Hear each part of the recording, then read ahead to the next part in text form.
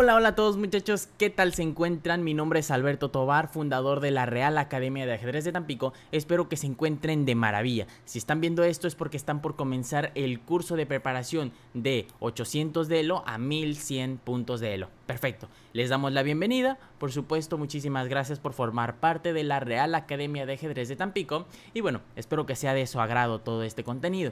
Es de importancia reconocer que si a lo largo de este recorrido tienen ustedes alguna duda o por ejemplo en los problemas que se vayan a presentar, en las variantes dentro de las clases, ustedes le pueden poner pausa al video, poner el número de minuto, por ejemplo si a ustedes les surge una duda en el minuto 37, la pueden anotar y comentarnos por medio de nuestra página, por medio de nuestras redes sociales o por medio de nuestro número WhatsApp personal la duda, y nosotros, yo personalmente, estaré muy agradecido de respondérselas, ¿de acuerdo? Muy bien, entonces, sin más preámbulo, vamos a comenzar con este primer capítulo. Vamos a subirle un poquito al volumen del micrófono. Vamos a comenzar con este primer capítulo que se llama Importancia del centro. El centro y su importancia. Bueno, este es un tema bastante controversial. ¿Por qué? Porque muchos profesores a la hora de estar enseñando, básicamente en lo que se centran es que el alumno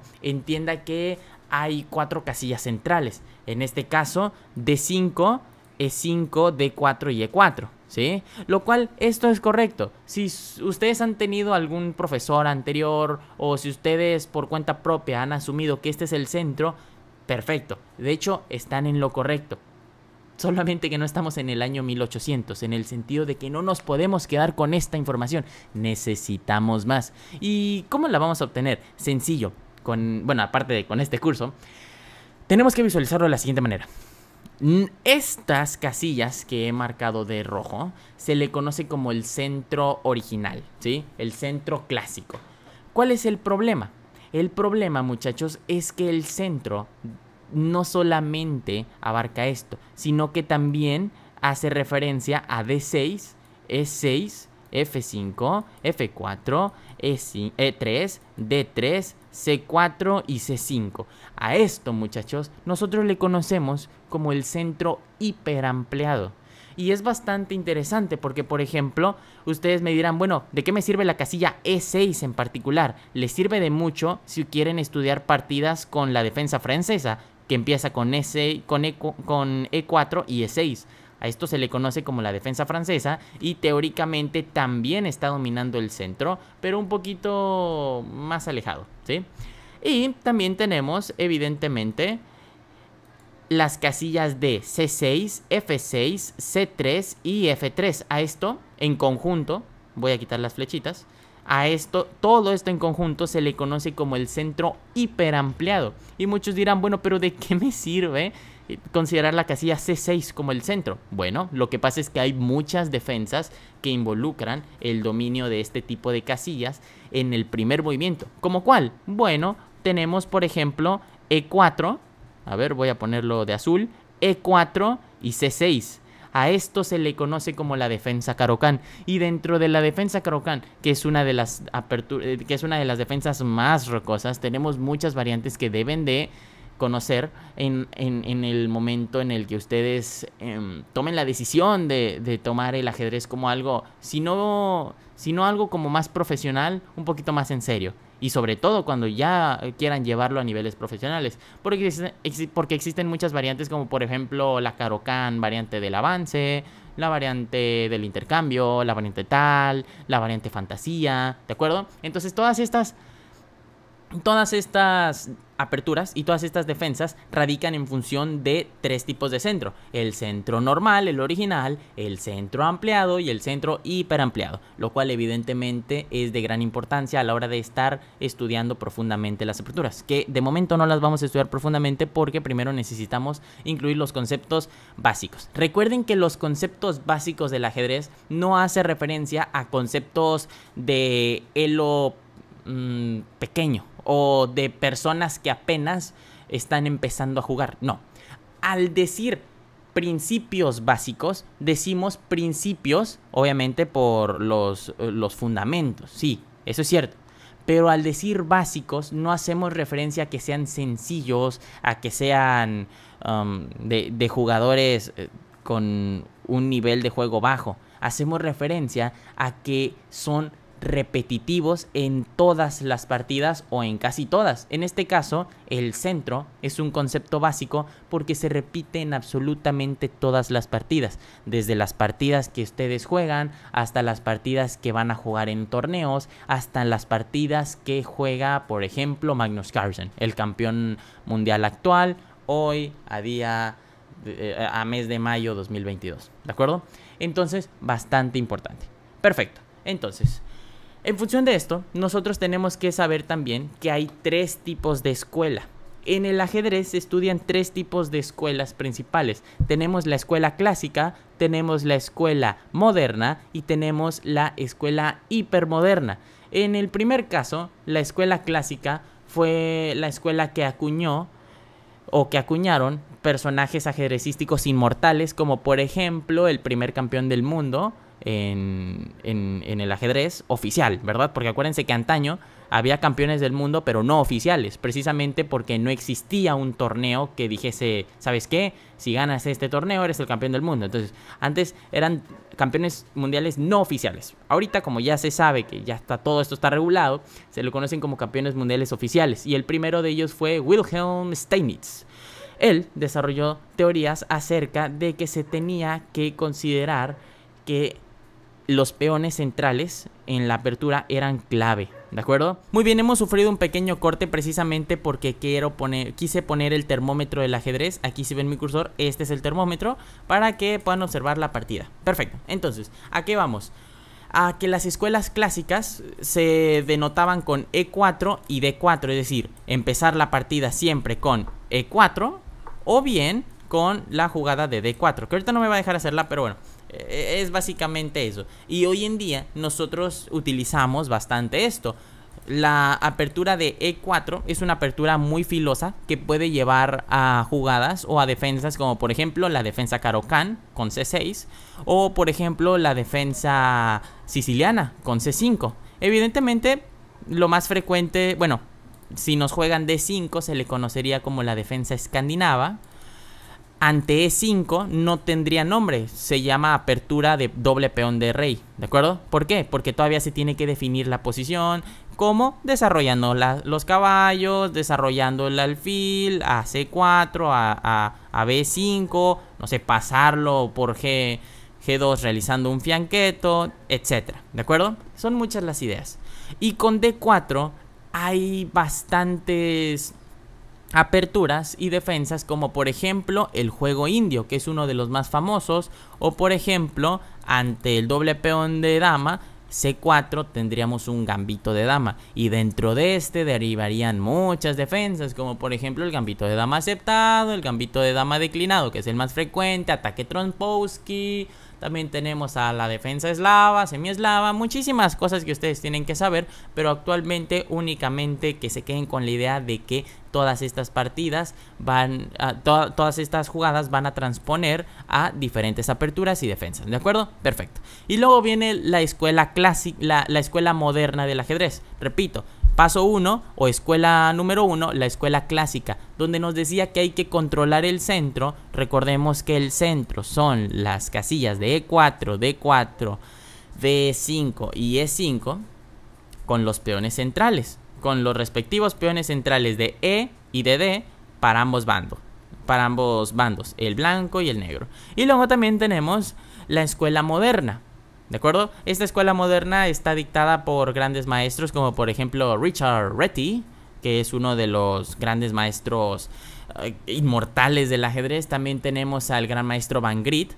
que, bueno, estos dos jugadores ajedrecísticos marcaron una diferencia al comenzar sus partidas con caballo C3 y con caballo F3. De hecho, hoy en día caballo F3 se le conoce como la apertura Reti, y hoy en día caballo C3 se le conoce como la apertura Van Griet, ¿de acuerdo? Esto, bueno, van a notar que a lo largo de todo este curso y a lo largo de los cursos ulteriores vamos a estar utilizando mucho los epónimos. ¿Qué es un eponimo? ¿Qué es un epónimo? Bueno, esto es bien fácil. Un epónimo es básicamente una palabra que se utiliza para nombrar a una determinada cosa, un determinado método, un determinado concepto, pero teniendo en cuenta el nombre de quien lo desarrolló o simplemente alguien que influyó en su desarrollo o en su invención, ¿de acuerdo? Por ejemplo, aquí, si empezamos con caballo C3, se le conoce como la apertura Reti. ¿Por qué? Porque fue Richard Reti quien comenzó a desarrollar toda esta teoría de la escuela moderna, etc. ¿De acuerdo? Perfecto. Y bueno, excelente.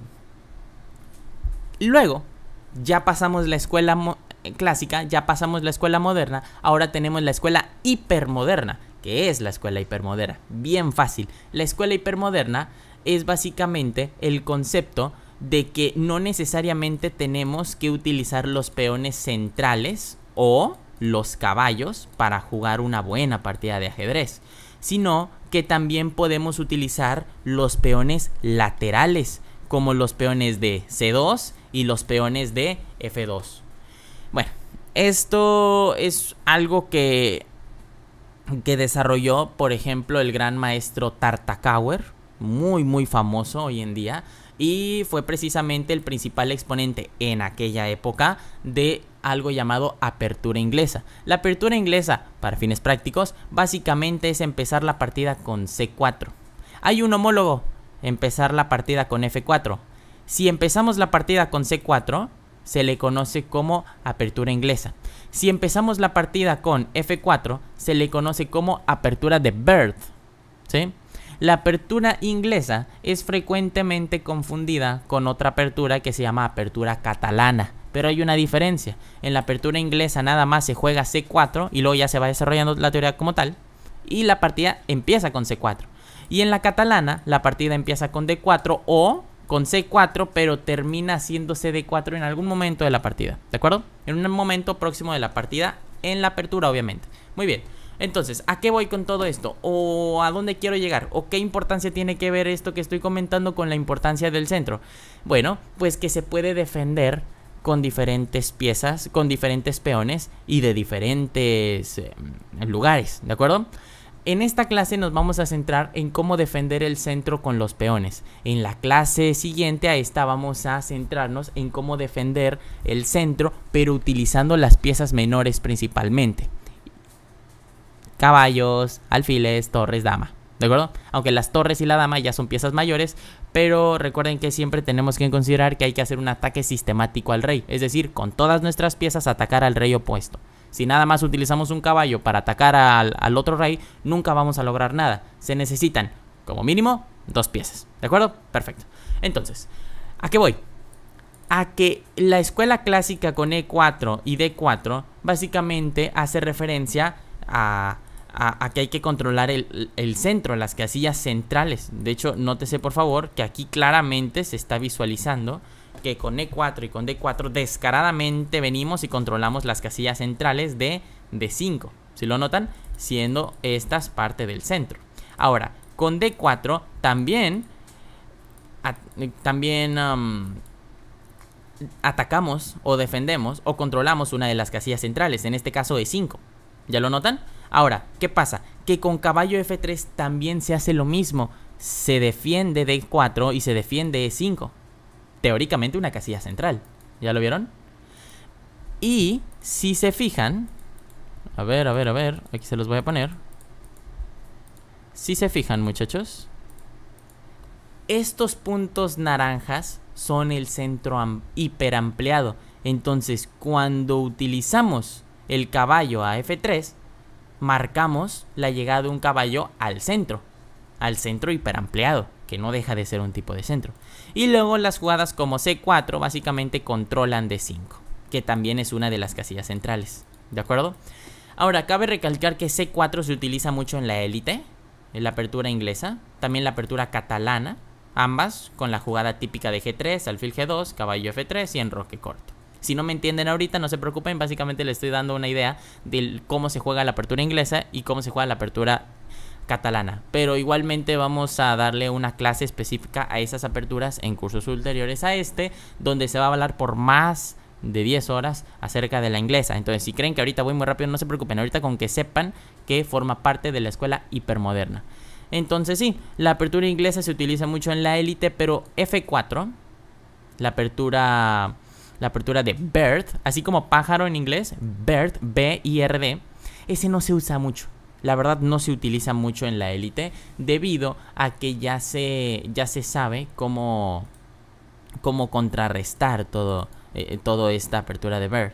De hecho, si nosotros jugamos F4, nos van a responder frecuentemente con E5, que es un tipo de gambito. Tiene un nombre, es muy famoso, pero esta es su primera tarea. ¿Cómo se llama el gambito que utilizan las negras para destruir a la defensa, para destruir a la apertura de bird? Repito, F4, E5. ¿Cómo se le llama a este gambito? Esa es su primera tarea. Muy bien, perfecto. Entonces, vamos a comenzar ya después de haber introducido por 17 minutos esta clase. Vamos a comenzar con la partida. Esta es una partida de Capablanca, de José Raúl Capablanca, campeón de ajedrez oficial, ¿sí? Es de origen cubano, gran promesa, se mudó a una temprana edad a Estados Unidos y bueno, fue escalando, fue jugando con sus compañeros de la universidad y vio que les ganó a todos. Luego empezó a concursar en torneos estatales y vio que les ganaba a todos. Luego empezó a recibir invitaciones de torneos nacionales y los ganaba, ¿de acuerdo? Entonces, claro que es una gran promesa. Aunque era cubano, hablaba muy bien inglés, ¿de acuerdo? Para romper paradigmas, hablaba inglés. Muy bien, entonces esta partida empezó con E4. Voy a quitar los comentarios. E4, E5, caballo F3, caballo C6 y alfil B5. A esto se le conoce como la apertura inglesa. Mucho cuidado, no es lo mismo jugar alfil B5 que jugar alfil C4. Alfil C4 se le conoce como la apertura italiana o el juego italiano. Jugar alfil B5 se le conoce como la apertura española. Mucho cuidado. Y bueno, aquí siguió D6. A esto se le conoce como la defensa Steinitz. O, bueno, tiene tres nombres. Repito. E4, E5, caballo F3, caballo C6, alfil B5. ¿Sí? Luego, aquí hay dos continuaciones principales. ¿Y cuáles son? A6, que se le conoce como la defensa Morphy. D6, que se le conoce como la defensa Steinitz. La variante Steinitz o la defensa Steinitz antigua o defensa antigua Steinitz, como le quieran llamar. Yo lo conozco como la defensa Steinitz, así apréndanselo. Igual no importa qué nombre utilicen, con que se sepan al menos uno. Y bueno, hay una tercera respuesta que es con caballo F6, que se le conoce como la defensa berlinesa, ¿de acuerdo? Esta defensa berlinesa a mí no me gusta mucho porque si seguimos en la variante de la defensa berlinesa vamos a terminar en un final con cambio de damas prematuros. Y este cambio de damas prematuros en el movimiento número 8 se conduce o se traduce a un final muy seco, donde generalmente llega a haber tablas, ¿de acuerdo? Repito, la defensa berlinesa produce tablas en la mayoría de los casos a nivel de maestro. Obviamente en un nivel de aficionado no, porque hay errores, etcétera, pero los maestros ya se saben la teoría de la berlinesa de principio a fin y de fin a principio. Entonces, por obvias razones, es más difícil que se equivoquen. Muy bien, entonces vamos a continuar con esto de la siguiente manera. Aquí se jugó D6. Esta partida fue jugada en 1922. Cabe recalcar que en 1922 era muy famosa esta variante, ¿de acuerdo? Aunque hoy en día, año 2022, caray, nótese cómo 1922, 2022, 100 años, mucho cuidado con eso. Bueno, hoy en día, año 2022, ya no jugamos D6. Lo más frecuente, por no decir que casi siempre, es A6. A esto se le conoce como la defensa Morphy. ¿Por qué defensa? Porque se defiende. ¿Por qué Morphy? Bueno, esto es un epónimo. Se le puso el apellido del ajedrecista que la acuñó o que la desarrolló. En este caso Morphy es Paul Morphy. Era un ajedrecista muy famoso que murió a una temprana edad, catastróficamente. Bueno, no catastróficamente, no de que murió de que arrollado por un tren, no, de que fue una lástima su pérdida. Y tenía demencia. Bueno, se comentaba que tenía demencia, al igual que Bobby Fischer. Tenía ¿cómo decirlo? Esta idea de que alguien lo perseguía, ¿de acuerdo?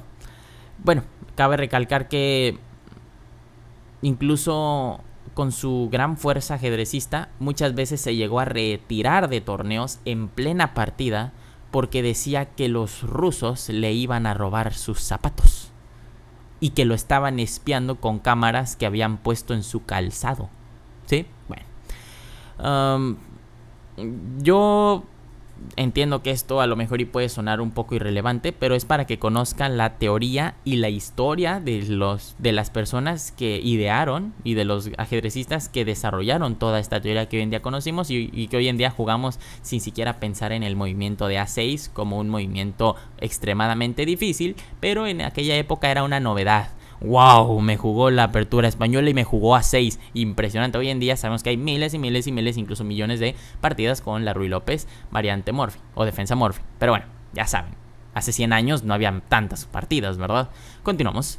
Entonces, repito, D6. Básicamente es bastante curioso. A6, que es la variante Morphy, aquí se divide en dos. Este A6 básicamente está cuestionando al alfil de B5 y el alfil tiene D2. O capturar, que se le conoce como la apertura española variante del intercambio, o bien retrocederse, que se le conoce como la variante Columbus. Bueno, se le conoce como la variante Columbus, pero en realidad... O sea, vamos, se le conoce como la variante Columbus del libro, pero en el ajedrez real, en el ajedrez no callejero, pero sí en el ajedrez así de vida real, se le conoce como variante principal de la defensa Morphy en la apertura española, ¿de acuerdo? Entonces, como lo quieran ver, como defensa principal, perdón, variante principal o variante Columbus, como sea, ¿de acuerdo? Se le llama variante principal porque es lo que más se juega estadísticamente hablando en todas las partidas de ajedrez donde existe la apertura española y donde existe el movimiento de A6. Perfecto. Repito, esto no tiene nada que ver con la partida, pero se los comento porque ustedes pueden pausar este video, irse a jugar una partida y resulta que les juegan A6 en vez de D6, como ocurrió en la partida, y no quiero que les pase que no sepan qué hacer. Necesito que sepan un poquito más acerca de la teoría de aperturas y precisamente por eso estoy comentando que ante A6, alfil por C6 se le conoce como la variante del intercambio, pero también tenemos el movimiento de alfil A4, a lo que generalmente sigue o B5 o D6, ¿sí? Otras ideas involucran alfil E7, caballo F6. Por ejemplo, si aquí B5, que es lo principal, se le conoce como la variante caro, entonces alfil B3, única. Y bueno, aquí se puede jugar caballo A5, caballo F6, caballo F6, alfil B7, tomando la gran diagonal. O sea, existen muchas ideas. Muchos generalmente juegan caballo A5 cazando el alfil español, lo cual está bien, o sea, es buena idea. Lo que pasa es que aquí van ganando las blancas. ¿Por qué? Por la sencilla razón de que las negras movieron una vez, movieron dos veces y se están preparando para mover 3 veces.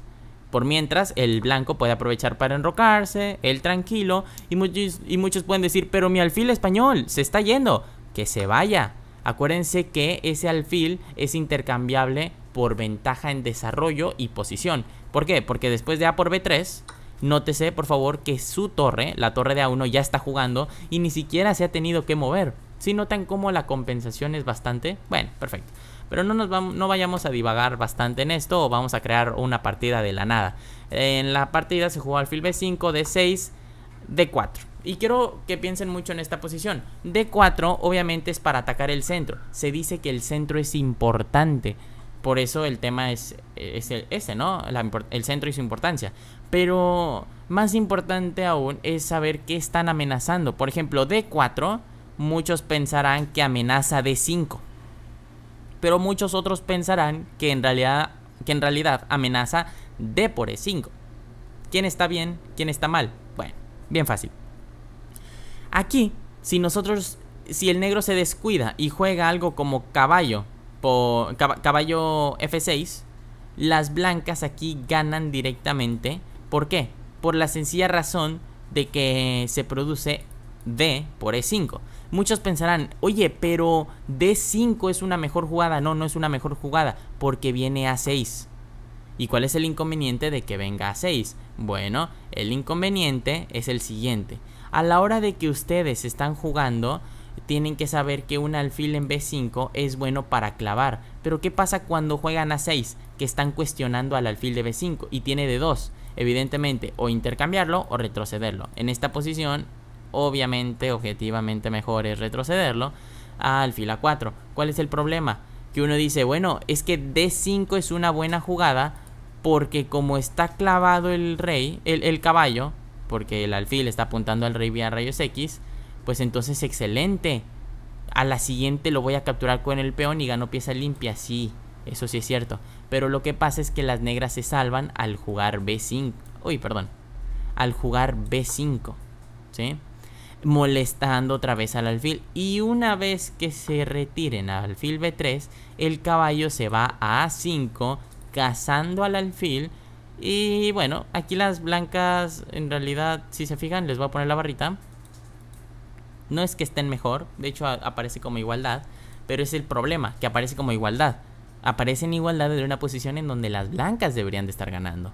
Entonces se dice que las negras tienen una ligera ventaja, casi imperceptible, pero tienen una ligera ventaja. Y bueno, aquí se cierra el centro y el juego va a estar muy seco, muy seco directamente. Lo que se amenaza en realidad, vamos a retroceder, lo que se amenaza en realidad es D por E5. ¿Por qué? Porque ante D por E5 se amenaza el caballo, entonces es de ley capturar. Y cuando se capture, uno puede decir, bueno, es que intercambio damas y todo eso. Sí, sí intercambios damas, pero tienes un recurso, alfil por C6 jaque. ¿Qué? Alfil por C6 jaque, pero ¿qué no? Usted acaba de decir que no hay que intercambiar el alfil. No, acabo de decir que hay que cuidarlo y que no hay que intercambiarlo a menos que exista una compensación mayoritaria. Por ejemplo, alfil por C6 sigue B por C6. De primera instancia ya tengo peones doblados. Y si vemos la estructura de peones del negro, es muchísimo más caótica que la estructura de peones del blanco. Si lo notan. Ahora, después de dama por D8 jaque y rey por D8, el negro pierde su enroque y nosotros blancos podemos enrocarnos perfectamente. Aunque cabe recalcar algo. Esto de perder el enroque es totalmente subjetivo. Es malo perder el enroque si hay damas en el tablero. Si ahorita en esta posición, como pueden observar, ya no hay damas y el negro o el blanco pierde su enroque, ya no es tan grave. Es grave, pero ya no es tan grave. Entonces no corre tanto peligro. Entonces, ¿cuál es el problema? El problema es que después de rey por D8 sigue caballo por E5, ganando un segundo peón. Bueno, más bien, sí, básicamente ganando un primer peón. ¿Qué quiero que se den cuenta? Que se está amenazando caballo por F7 y hay doblete con ganancia de torre limpia. ¿Sí lo notan? Entonces, el rey lógicamente se va a tener que regresar a E8. Pero para cuando se regrese a E8 va a haber un caballo por C6 y va a haber otra ganancia de peón. Y bueno, básicamente esto, ¿qué les cuento? No luce bien para las negras, ¿de acuerdo? No es una posición en donde el blanco esté totalmente ganado, pero es una posición en donde el blanco tiene una fuerte ventaja, ¿de acuerdo? Perfecto. Entonces, ante D4, el negro, obviamente sabiendo esto, se percató y jugó E por D4. A lo que sigue caballo por D4, alfil D7. ¿Por qué no caballo por D4? Pues por la sencilla razón de que está clavado, no se les olvide. Entonces alfil D7 para desclavarse y ahora sí amenazar. Ese es el problema, se está amenazando. Caballo C3, alfil E7 para seguir desarrollando. Aquí se jugó enroque corto, caballo F6 y caballo D2.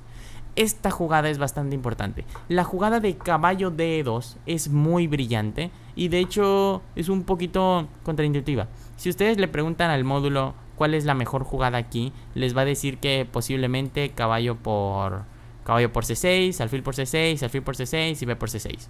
Lo cual sí, evidentemente deja a las blancas con una mejor estructura de peones y una mejor posición, estadísticamente hablando, victoria para blancas. Sin embargo, hay un detalle importante, que lo está proponiendo la máquina, y la máquina es bastante fría.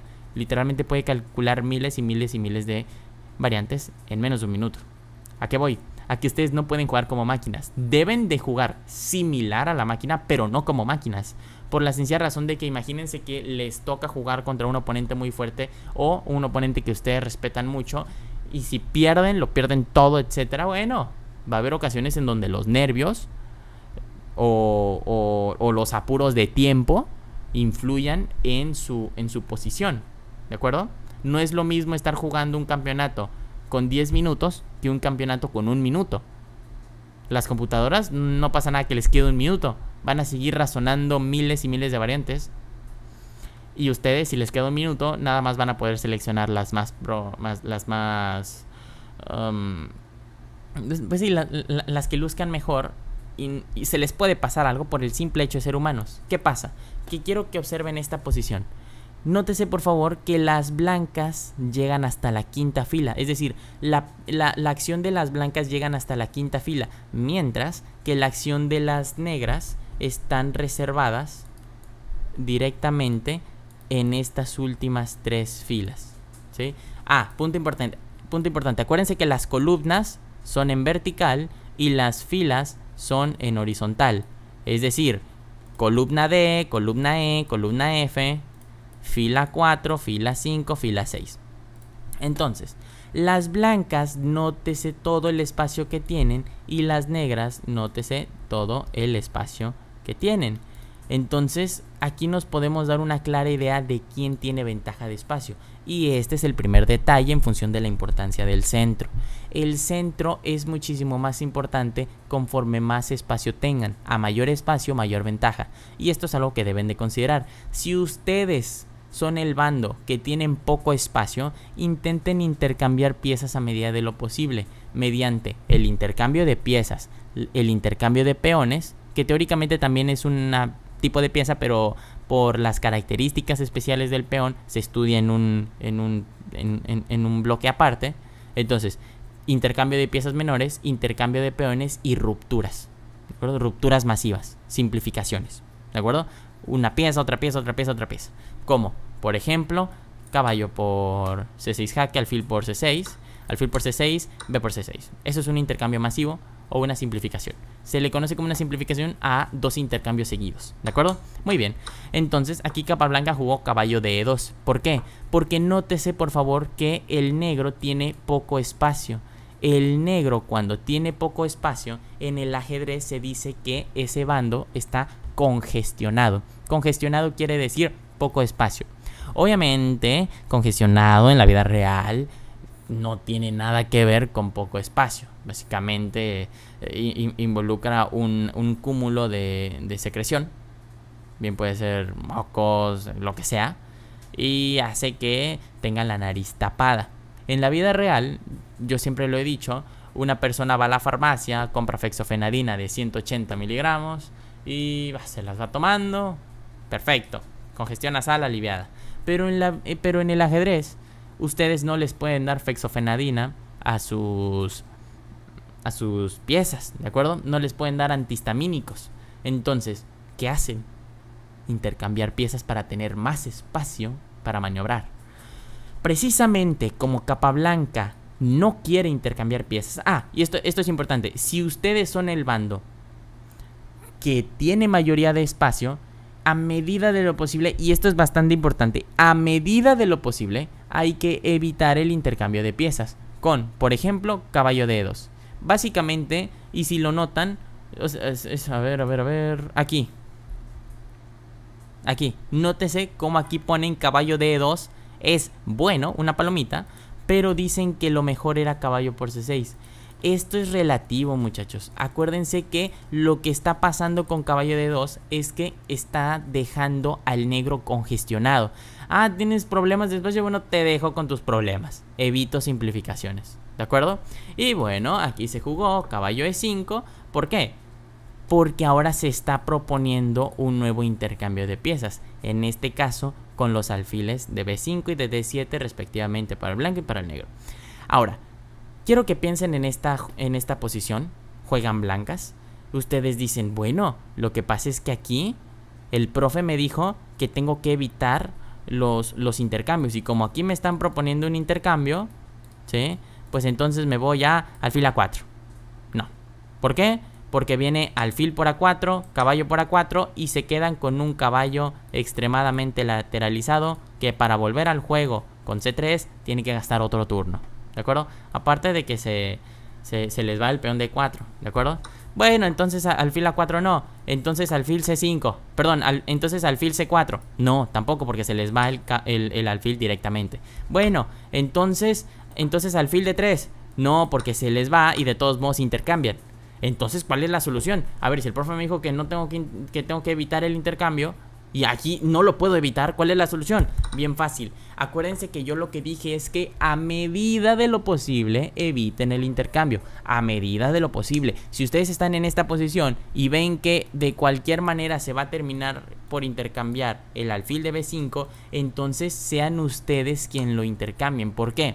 Porque si de todos modos se va a intercambiar, es mejor que sean ustedes quienes tengan la iniciativa. Y tener la iniciativa, acuérdense que significa tener mayoría de actividad. Y la mayoría de actividad se ve reflejada en un mayor ataque. Y un mayor ataque, evidentemente, se ve reflejado en una mayor capacidad potencial de generar debilidades. Y el generar debilidades crea, evidentemente, más debilidades. Es decir, una debilidad crea 2 debilidades y 2 debilidades crean 3 debilidades. Y acuérdense que entre más debilidades tenga su oponente, mayor va a ser su grado de pasividad, es decir, de defensa, y ustedes van a poder ganar la partida más sencilla.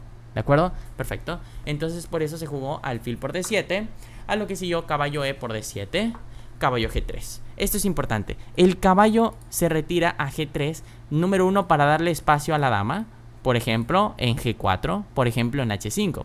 Muchos dirán, bueno, es que la dama no puede estar ahí porque el caballo lo está vigilando. Y estoy perfectamente de acuerdo con eso. Pero acuérdense que este caballo que se encuentra actualmente en F6 no va a estar ahí toda la partida. Acuérdense que tienen que conocer el concepto de profilaxis. ¿Qué significa profilaxis? Bueno, esto es bien fácil. Profilaxis significa prevención. Es decir, adelantarse al enemigo. ¿De acuerdo? Aparte de que también se amenaza un caballo H3 molestando en cualquier futuro. Obviamente no ahorita, porque por ejemplo, si el negro hace A6 y yo vengo y hago caballo H5, básicamente estaría ayudando al negro porque estaría intercambiando piezas y estaría ayudándolo a descongestionarse. Digo, un potencial caballo H5 en un futuro. Perfecto, muy bien. Entonces vamos a retroceder a la partida, lo que se jugó, y se jugó en roque corto. Y esto es bastante importante. Cuando ustedes estén en una posición en donde ya de plano no saben qué hacer, y sea plena apertura, no se cierren. Piensen, a ver, ¿sabes qué? Yo ya me enroqué. Tengo una posición no ganadora al 100%, porque apenas es la apertura, es el movimiento número 9, pero es aceptable. Pero ya no sé cómo continuar. ¿Cómo le hago? Bien sencillo. Tienen que saber que en las aperturas, apertura que jueguen, defensa que jueguen, estadísticamente el rey se termina por enrocar en un lado en específico. Por ejemplo, en la apertura española, el rey negro casi siempre se enroca o se termina enrocando en corto. ¿De acuerdo? Es decir, por el flanco del rey. En la apertura italiana también. ¿Sí? Y en muchas otras aperturas. Si yo ya sé que estadísticamente el rey enemigo se va a enrocar hacia el flanco de corto, caballo G3 me sirve porque estoy orientando mis piezas hacia ese flanco desde más de 20 jugadas de anticipación. Es decir, con 20 o más de 20 jugadas con anticipación.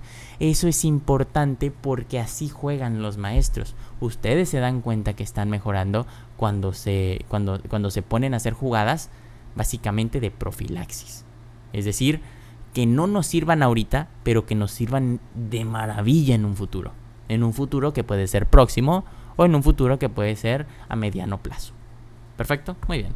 Entonces aquí si yo enroque lo dicho...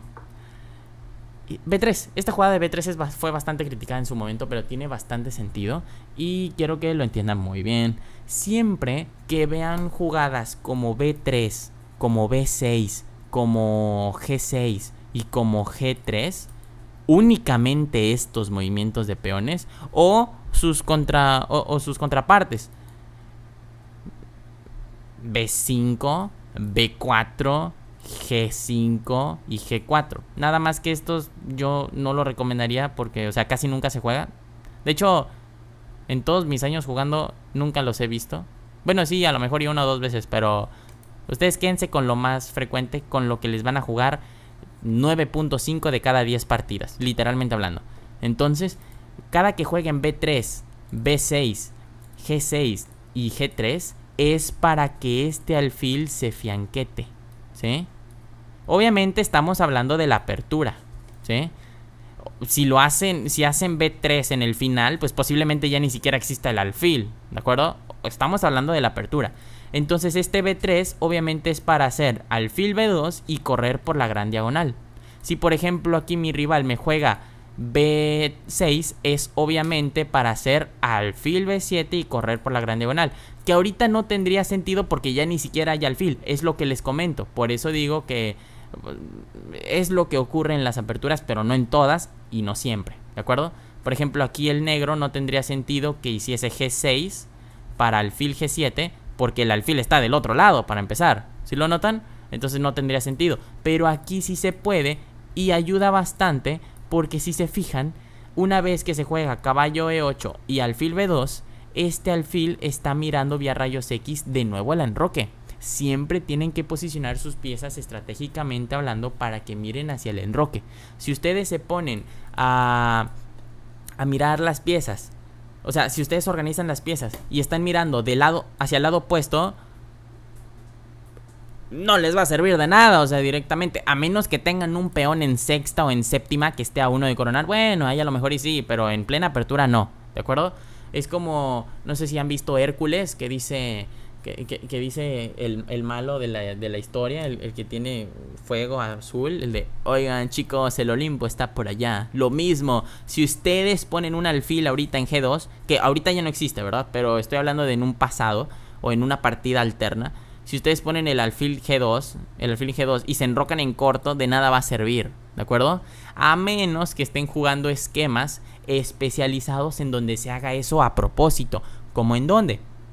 Como en la apertura inglesa, ¿de acuerdo? Que son excepciones, pero chiquititas. Como por ejemplo, ¿en dónde? En la apertura catalana. Acuérdense que la regla hace la excepción. No, espérenme, va al revés. Acuérdense que la excepción hace la regla. Entonces son detallitos chiquititos que nosotros nos tenemos que aprender. Y en realidad suena bastante así de, ay, no, esto te lo sacaste de la manga porque sí, me estás diciendo que esto no funciona, excepto en este ejemplo. Yo sé que suena mucho de fantasía, pero en realidad es que así es. Y así se juega el ajedrez, ¿de acuerdo? Entonces va a resultar muy confuso en un inicio. Sí, va a resultar muy confuso en un inicio. Va a resultar mucho de flojera en el sentido de que primero nos tenemos que aprender 20, 30 nombres de aperturas, defensas, ataques distintos. Y sí va a sonar mucho de flojera, pero una vez que lo entendemos y una vez que tenemos esto familiarizado, lo vamos a tener excelente. Es como por ejemplo cuando ustedes están interpretando un electrocardiograma. Al inicio ni siquiera saben qué rayos son esas líneas, y cuando un paciente viene con estas ondotas, no sabemos. Pero una vez que lo entendemos y una vez que nos familiarizamos con este esquema, vamos a ver que el electrocardiograma no es más que una repetición de patrones. Y para diagnosticar o para que nos sirva de utilidad, básicamente tenemos que aprender ese lenguaje y aprender el reconocimiento de esos patrones. Y ya, el electrocardiograma no es más que eso, ¿de acuerdo? Lo mismo aquí. a lo mejor y decimos, ay, es que la catalana, la inglesa, no inventes. Pero una vez que entendemos el reconocimiento de patrones y la posición estructural de las piezas, nos damos cuenta que no es difícil, ¿de acuerdo? Perfecto, ya está. Entonces, aquí se juega, bueno, B3, ¿sí? B3 ya dijimos que es para alfil B2 y que corra por la gran diagonal. Y aquí se juega caballo E8. ¿Por qué creen que se juega caballo E8? Y quiero retroceder aquí antes de esto. Aquí las negras, nótese que tienen mucho espacio de este lado y así. Sin embargo, todas sus piezas están envueltas en la primera, segunda o tercera fila. Bueno, en este caso sexta, séptima y octava, ¿verdad? De arriba para abajo. De abajo para arriba. Entonces, ¿cuál es el problema? Por ejemplo, este alfil. Este alfil no se puede ni siquiera mover, parece un peón grande. Eso es lo que tienen que tener en cuenta. No pueden decir, estoy protegiendo mi centro si una pieza no está en el tablero. Es como, por ejemplo, lo que les comento, que un alumno en clase materialmente está en el aula. Él puede estar en el aula sentado, ¿sí? Pero si quedan 2 días para vacaciones, materialmente va a estar en el aula, pero mentalmente va a andar en Cancún, o va a andar en el playazo, va a ver, queriendo ver la nueva de Marvel, la del Doctor Strange, ¿de acuerdo? Mucho cuidado con eso. Lo mismo pasa con las piezas. Ese alfil de E7 materialmente está en el tablero, pero mentalmente yo creo que anda de fiesta, ¿sí? Entonces precisamente por eso se juega caballo E8. ¿Por qué? Porque ante alfil B2 se juega alfil F6. De esta manera cumple el rol de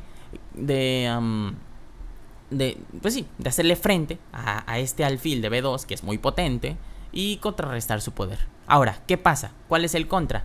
Que se juega caballo H5, y precisamente por eso estoy diciendo que hay que orientar las piezas desde un inicio directo hacia el enroque enemigo. ¿Por qué? Porque, por ejemplo, hace 2 jugadas aquí no tenía sentido hacer un caballo H5 porque íbamos a ayudar al enemigo, pero en el momento en el que el caballo se retira por voluntad propia y viene el alfil de F6, entonces el alfil de E7 a F6, prolongando el combate sobre la gran diagonal, este caballo H5 denota una gran ventaja, por la sencilla razón de que básicamente se están atacando estos 2 alfiles. Pero si yo elimino al alfil, entonces el alfil enemigo, el alfil de B2, va a correr por la gran diagonal durante toda la partida. A eso se le conoce como ventaja de tipo 2, o inclusive se puede llegar a considerar una ventaja de tipo 3. Aunque yo digo que no, porque todavía falta la pareja de alfiles. Pero, o sea, sí es una ventaja de tipo 2. Pero ya si juntamos todo, incluso puede llegar a ser considerada una ventaja de tipo 3. ¿Qué es esto de las ventajas? Bueno, hay ventaja de tipo 1, hay ventaja de tipo 2, hay ventaja de tipo 3, hay ventaja de tipo 4.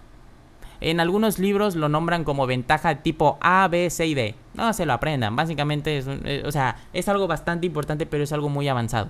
¿De acuerdo? O sea, no muy avanzado en el sentido de wow, la cosa, no. Es algo que solamente pueden comprender si ya han visto temas como el centro, si ya han visto temas como el doble fianqueto, si ya han visto temas como finales, etcétera. ¿De acuerdo? Muy bien.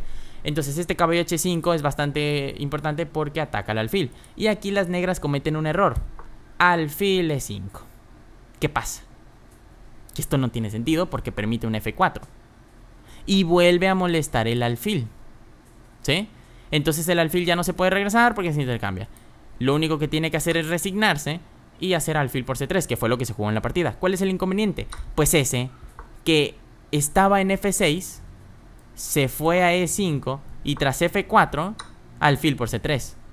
Es decir, si de todos modos lo voy a intercambiar, es mejor intercambiarlo de una vez y no darle el tiempo de hacer F4, que es una jugada bastante importante porque aparte de que es un tiempo gratis para las blancas, nótese por favor que en esta posición con el F4 yo permito hacer una entrada de mi torre vía F3 a H3 o incluso a G3 y penetrar o atacar todavía más el enroque enemigo. Si lo notan, entonces esas pequeñas sutilezas de ganar un tiempo por un solo movimiento pueden crear un caos inmenso dentro de nuestro tablero. ¿De acuerdo? Muy bien, perfecto. Entonces ya estamos aquí.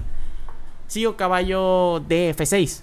Bueno, aquí no tiene mucha ciencia, ¿verdad? Básicamente están poniendo el caballo para que se intercambie y poderle dar un aire. Es decir, es como si le diéramos fexofenadina de 180 miligramos a nuestro caballo que ahora se encuentra en F6. Sin embargo, ustedes con los conocimientos que ya tienen hasta ahorita, ¿qué jugada hacen? Caballo G3. ¿Por qué? Porque si su rival tiene problemas de espacio, no lo ayuden, no intercambien. O bueno, depende. Porque no quiero dejar la mala impresión.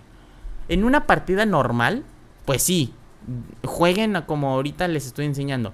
Pero si están en una partida de 1 minuto, pues ahí sí intercambien lo que sea, pero porque no tiene validez. En una partida de 1 minuto ni siquiera es una partida, ¿de acuerdo? Ahí sí pueden intercambiar y todo eso. Pero acuérdense que lo que estamos haciendo es estudiar el ajedrez profesionalmente. Es decir, como se juega en las ligas mayores, ¿de acuerdo? Entonces en las ligas mayores, cuando tienen tiempo para pensar, 40 minutos en el reloj, 1 hora y media en el reloj, caballo G3, ¿de acuerdo?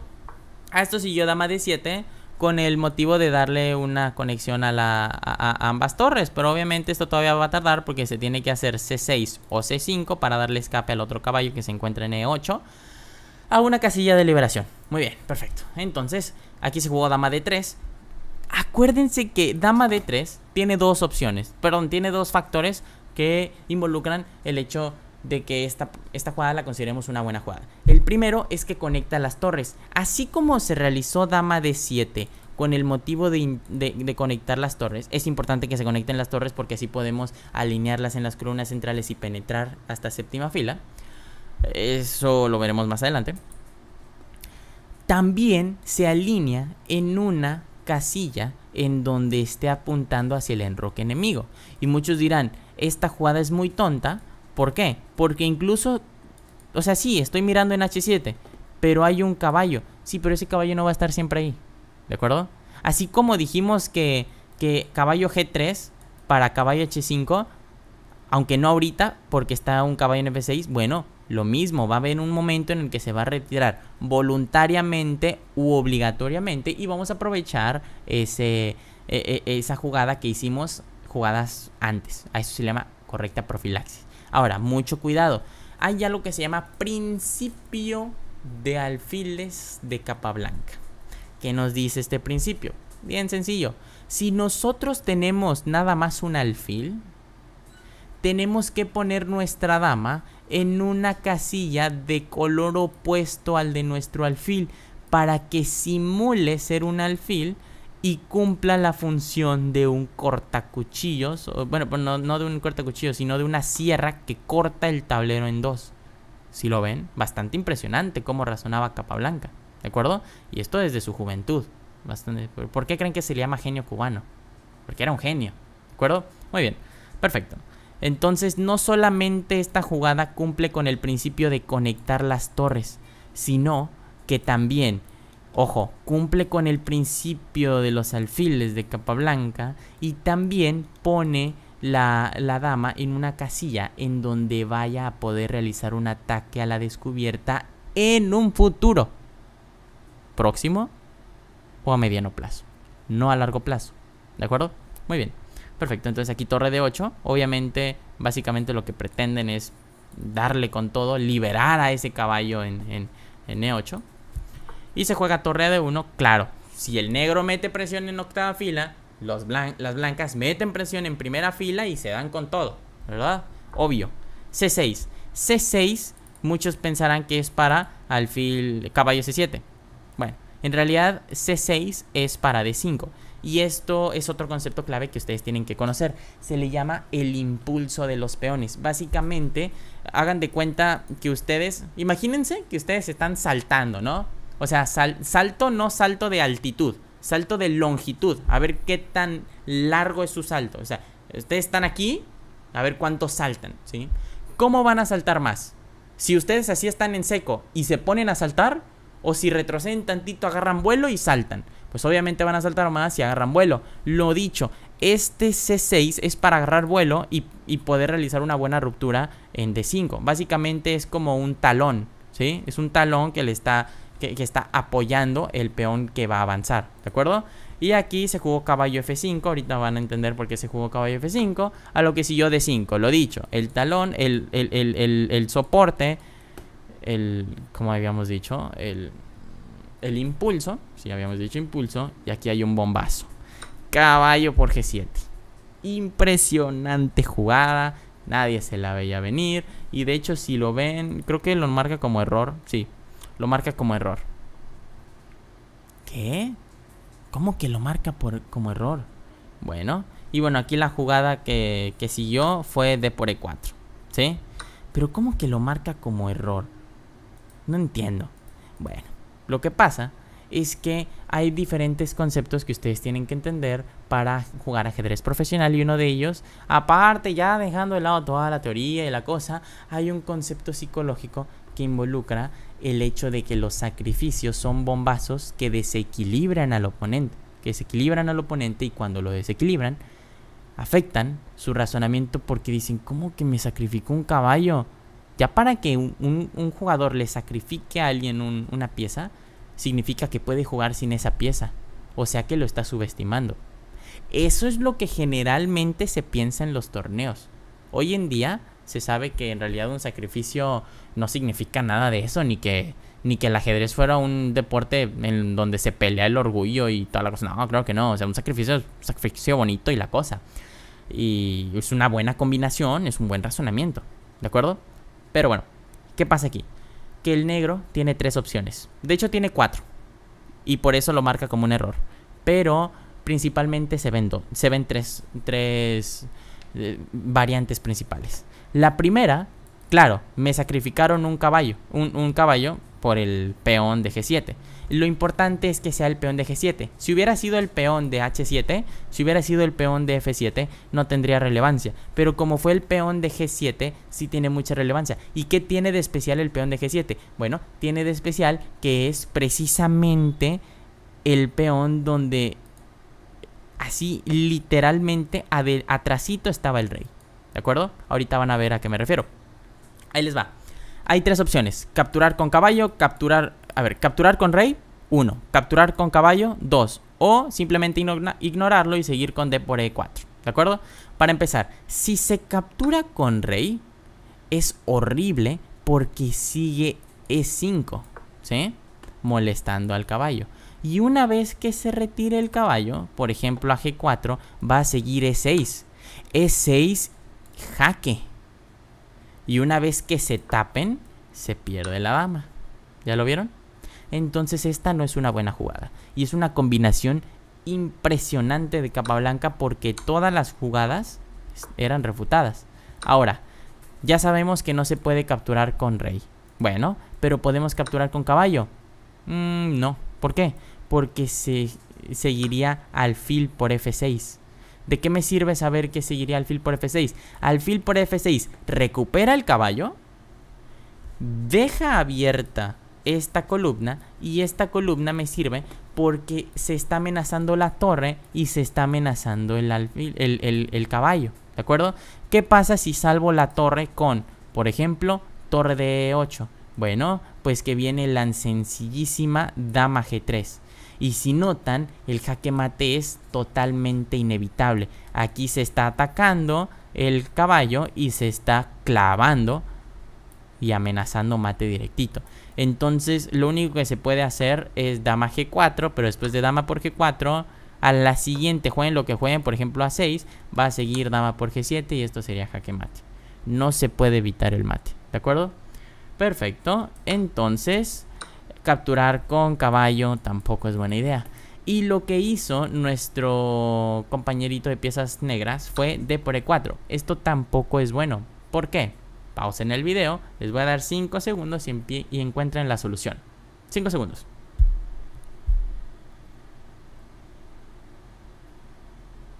Muy bien, la solución es que se juega caballo por E8. ¿Qué? ¿Cómo? Sí, caballo por E8 sacrificando la dama. ¿Por qué? Porque si se captura la dama con el peón, entonces sigue caballo por F6 jaque. Y a la siguiente se captura la dama recuperándola. Esto no es lo impresionante. Lo impresionante, muchachos, es que el rey se encuentra en jaque. Cuando se va en jaque, hay de dos: o se captura la pieza o se mueve el rey, ¿de acuerdo? El problema es que el rey solo se puede ir a G7 o a H8. El inconveniente es este, que ambas casillas están protegidas por el alfil de B2. Bueno, de C3. Estaba en B2, ahora se encuentra en C3. Entonces, una vez que el rey se mueva donde sea, va a venir caballo por D7 jaque. Y cuando se mueva, obviamente rey G8 es única, va a venir caballo por F8, ganando una segunda pieza, ¿de acuerdo? Y bueno, aquí básicamente llegamos en un final. Supongamos que lo capturan. De hecho, aquí la mejor jugada en esta posición sería pues eso, ¿no? Capturarla. Y llegamos a un final de una torre contra dos torres y un alfil. Este peón que se encuentra en D3, en realidad no le hagan caso, no tiene futuro, va a ser capturado. E incluso si es capturado, se captura con la torre, se captura con el alfil y llegamos a un final con torre y alfil de más contra rey, ¿sí? Entonces no se puede ganar. Eso es lo impresionante de esta variante, ¿de acuerdo? Perfecto. Pero bueno, aquí se jugó caballo por G7. Y el detalle, muchachos, es que lo marca como un error como tal, precisamente porque hay una sola jugada que salva toda esta posición. Recuerden que Capablanca era muy bueno, pero no era perfecto. Aquí, caballo por E4 era la única jugada que salvaba, literalmente hablando. ¿Y qué se está amenazando? Bueno, básicamente aquí se cambia un peón por un peón y el caballo retrocede a H5 y aquí no pasó nada. Algo como dama G3 no sirve porque se está amenazando. O sea, la casilla está controlada por el caballo. Entonces, bueno, repito, era la jugada, no se vio. Permítame un momento, déjenme cierro la ventana. Gracias. Entonces, bueno, no se puede. Aquí jugaron dama por D por E4. No encontraron la jugada correcta. A lo que siguió la continuación que comentamos, caballo por E8, y no se jugó E por D3, sino que se realizó la sencilla torre F por E8, lo cual evidentemente, digo, no es la mejor jugada, tampoco es la peor, pero aquí hagan lo que hagan, ya están perdidas las negras. Siguió dama G3 jaque. El problema con dama G3 jaque es que muchos dicen, bueno, es que dama G4 y me salvo. No se salvan. ¿Por qué? Porque si juegan dama por G4, sigue caballo por G4 y quedamos en un final con dos torres, o sea, pareja de torres y alfil y caballo. Básicamente esto es igualdad, ¿sí? Pero el problema es que no necesariamente el blanco tiene que capturar.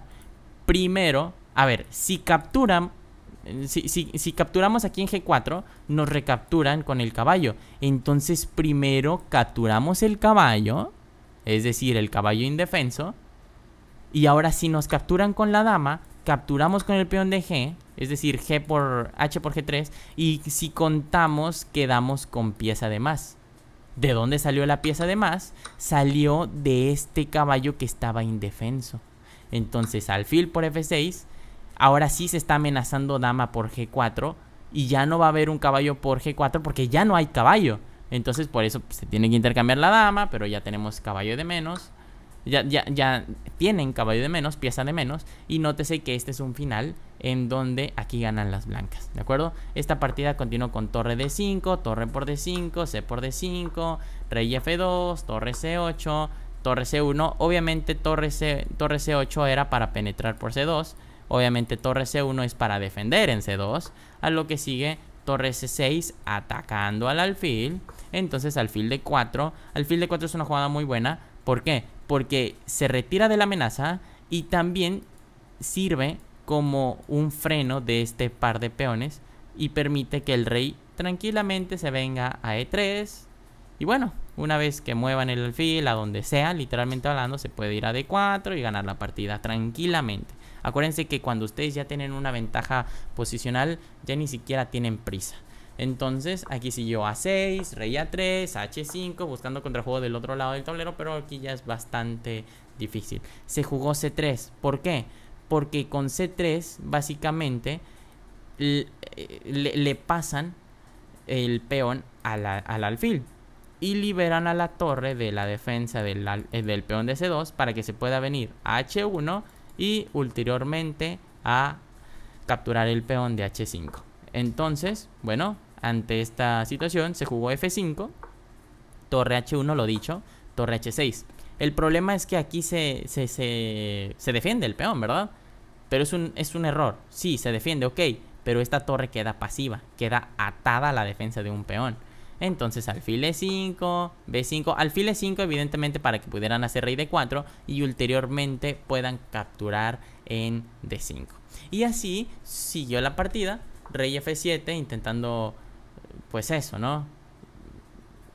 Proteger a los peones, pero es muy tarde, rey por D5, rey G8, alfil D4, rey F7, rey E5 y nótese muchachos que aquí el centro se pierde. Y esto es bastante importante. En el momento en el que ustedes pierden el centro, pueden dar la partida por finalizada. Claro, entre comillas, porque esto no se acaba hasta que se acaba. Lógicamente, yo he jugado partidas en donde yo pierdo el centro y mi oponente se le va una táctica y termino ganando. De la misma manera, he jugado partidas en donde a mi oponente se le va el centro, yo voy ganando, pero se me va no una pieza, pero sí una ligera táctica y termina en tablas, ¿sí? Es perfectamente normal. Acuérdense que todos somos humanos. Lo importante, muchachos, es aprender de eso, ¿de acuerdo? Entonces, perfecto. Aquí siguió rey G6, protegiendo al peón de F5. Pero rey D6, torre H7, C4, B por C4, B por C4. Aquí creamos un peón pasado que es muy probable que termine coronando. Torre B7, C5, torre B4, rey D5, torre A4, apuntando a capturar el peón de A2. Entonces C6, ¿de acuerdo? Torre por A2, C7, torre C2. Y aparentemente este peón no va a coronar, pero sí lo va a hacer. ¿Por qué?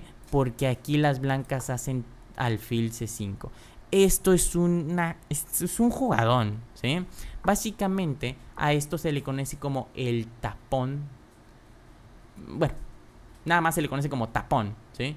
Básicamente, pues es eso, ¿no? Un tapón, están previniendo, están haciendo un cortocircuito para que esta torre no alcance al peón. Porque incluso, muchachos, si hubiese hecho rey D6, la torre captura, sacrifica la torre, pero captura.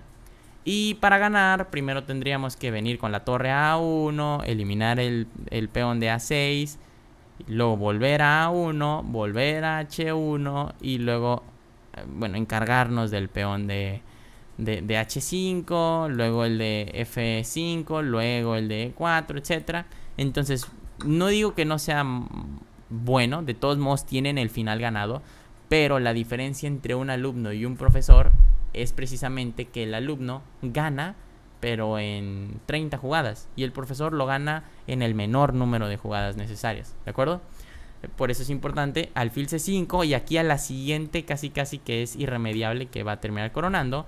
E3, C8 igual a dama. E2 intentando a ver cómo que va a coronar. Pero después de dama E8, jaque.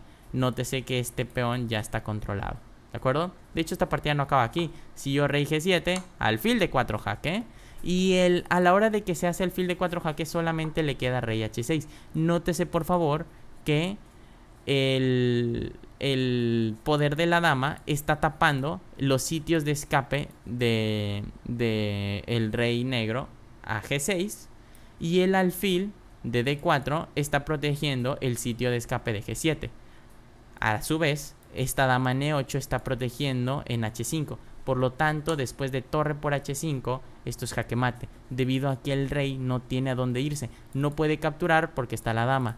No puede pasar a G6 porque está la dama. No puede pasar a G7 porque está el alfil. Y no puede pasar a H7, pues eso, ¿no? Porque está la torre. ¿De acuerdo? Y es así, muchachos, como demostramos el centro y su importancia.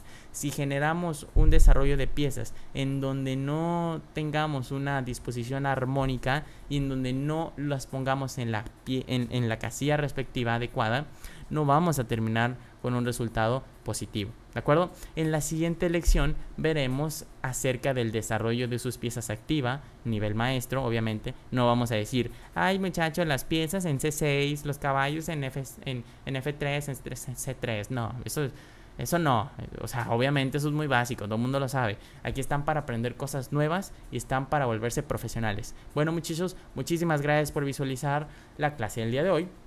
Mi nombre es Alberto Tobar, fundador de la Real Academia de Ajedrez de Tampico. Fue para mí todo un gusto estar aquí con ustedes. Espero que se hayan divertido. Yo me divertí bastante. Espero que lo hayan disfrutado. Yo lo disfruté bastante. Y bueno, muchísimas gracias por visualizar. Recuerden que cualquier duda estamos disponibles por todas nuestras redes sociales. Y de mi parte, por ahora, por el momento, es todo. Cuídense mucho. Chao, chao.